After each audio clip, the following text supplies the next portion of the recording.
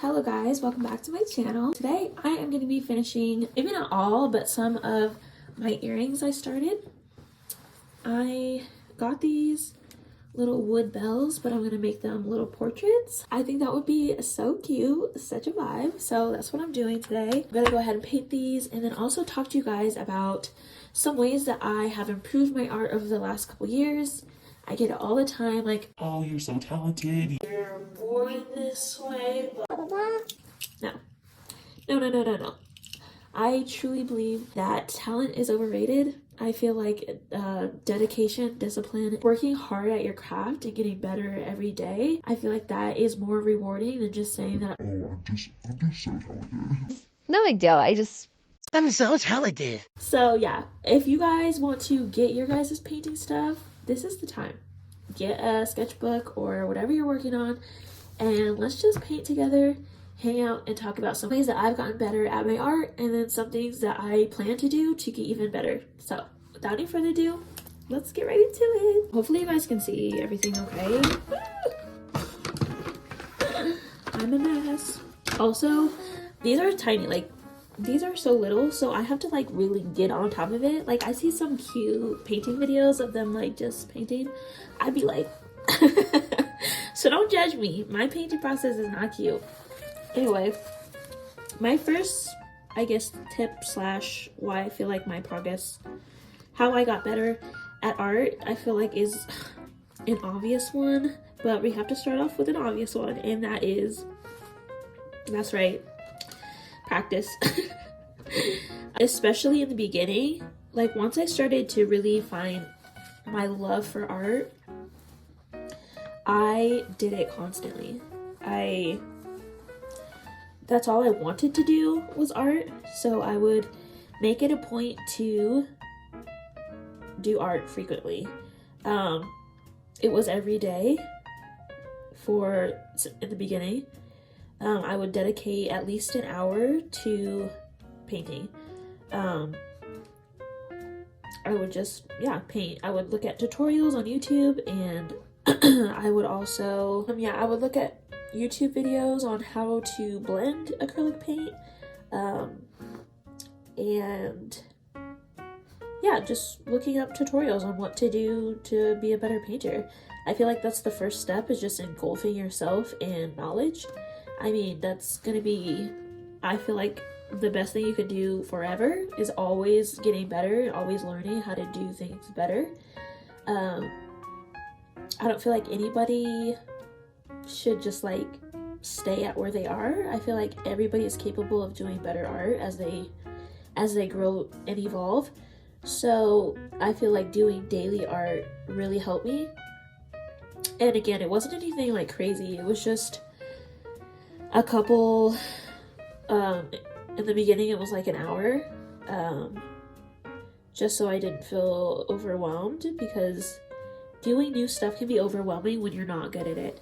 And for me, I know how my brain works. Like if I continue to do something that I'm not good at for a long period of time, I won't do it. So I was like, well, just do it for an hour, and work on something new. So I would work on new stuff. I would look at new techniques I wanted to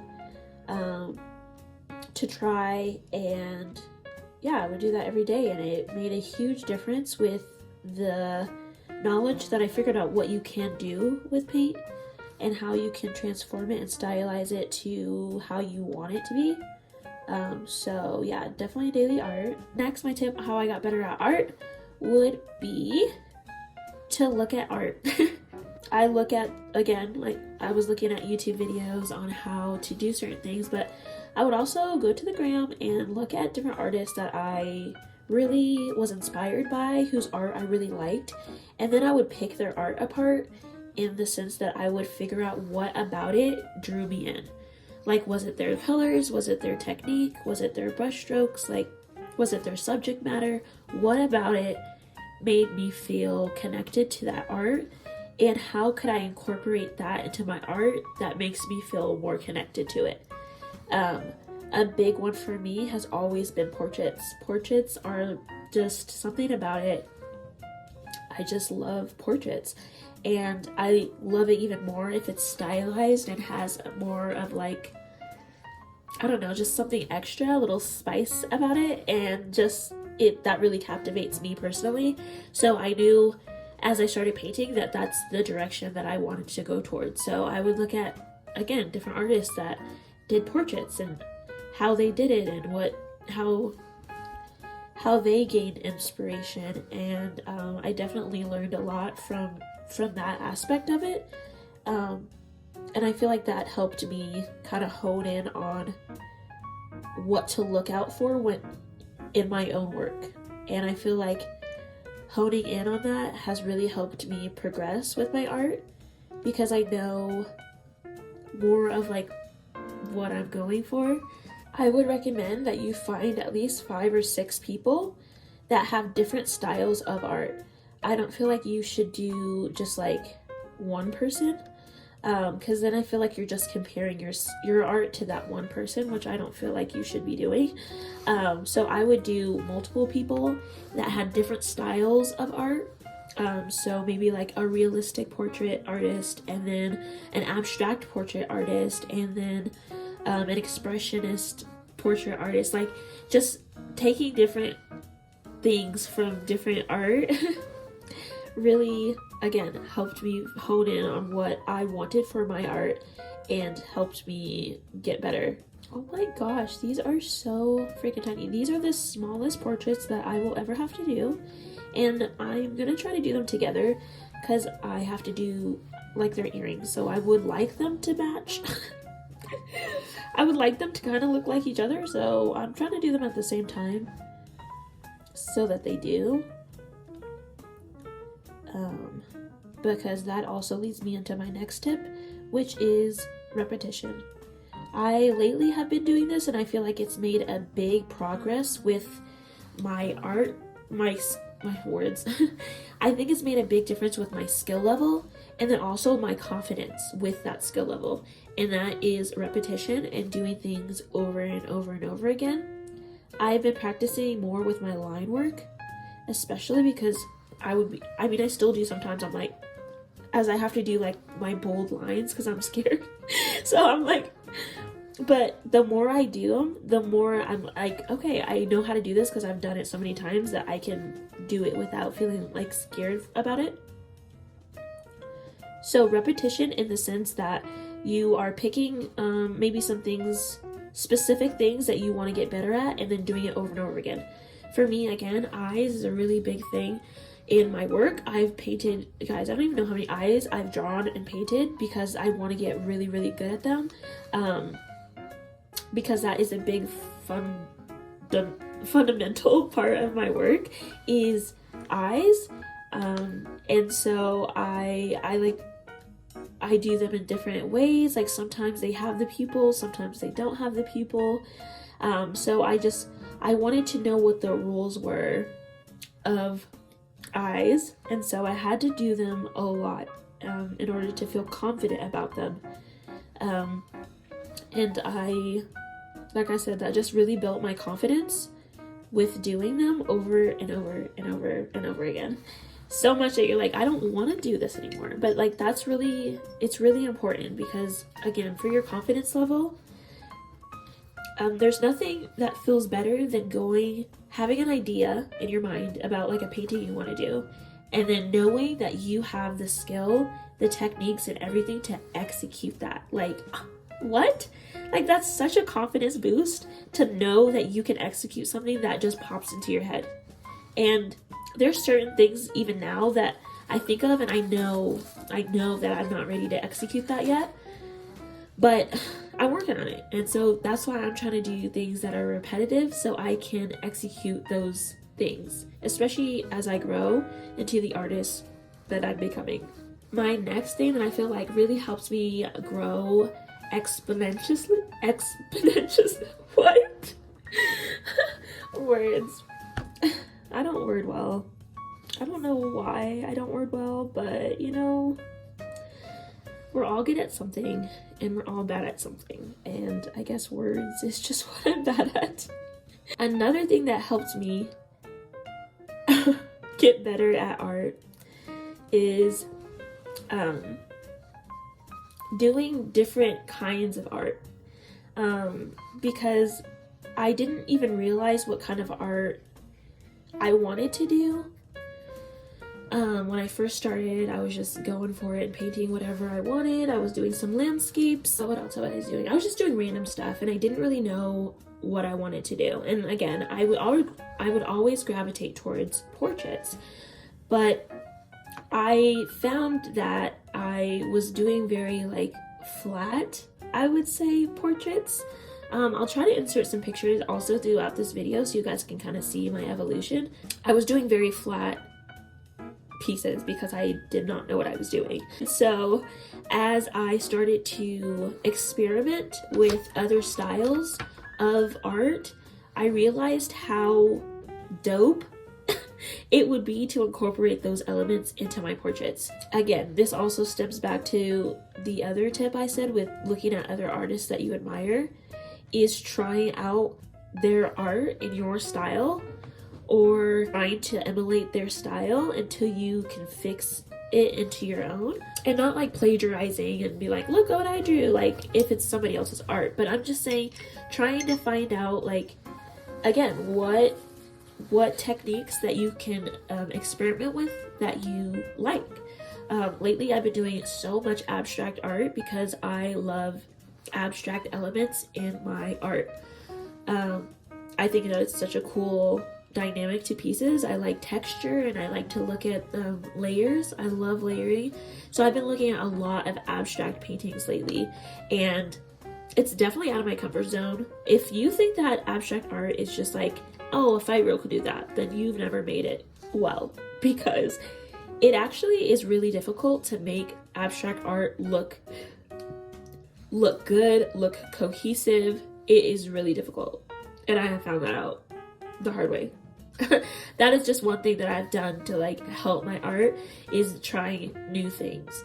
Another big thing for me was also water. Like, I love water paintings, and so I've been trying to paint water more. In the beginning, I was obsessed with painting water droplets, and I have incorporated those into some of my newer pieces, and they've, like, the quality of my water droplets have gotten so much better.